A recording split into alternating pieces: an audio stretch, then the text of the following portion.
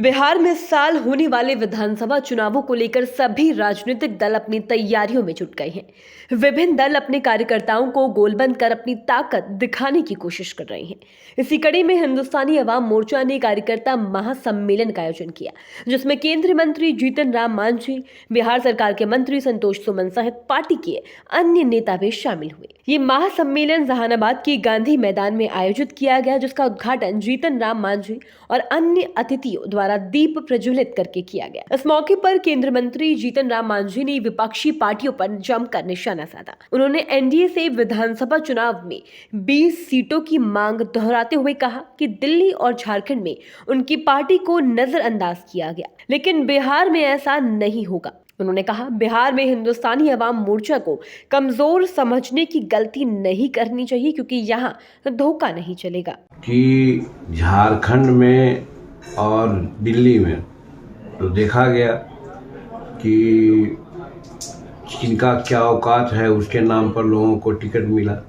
इसका मतलब है कि जीतन मांझी का औकात वहाँ नहीं समझा गया कि दिल्ली में भी औकात नहीं है और झारखंड में भी औकात नहीं है, इसलिए वहाँ टिकट हमको नहीं मिला। तो हम अब बिहार में अपना औकात दिखलाना चाहते हैं और ख़ास करके अपने समाज को और हमारे समर्थक जो बाकी जो हैं, हमारी नीतियों से मुख्यमंत्री काल में जो नीति हमने अपनाई है युवाओं के लिए, महिलाओं के लिए, खेती के गृहस्थों के लिए, उन सबको एकत्र करके हम अपना ताकत दिखलाना चाहते हैं। और यहाँ कहना चाहते हैं कि झारखंड और दिल्ली में जिस प्रकार से आपने हमको धोखा दिया, वैसे धोखा यहाँ नहीं चलेगा। क्या सर एनडीए से आप नाराज हैं? सर नाराज नहीं है, घर में रोटी की मांग तो कर सकते हैं ना गार्जियन से। अगर हमको 4 रोटी की भूख है, हमको 1 और रोटी नहीं दीजिएगा तो हम गार्जियन से मांगे नहीं। वही मांग मेरी है, दो जगह हमको नहीं दिया गया।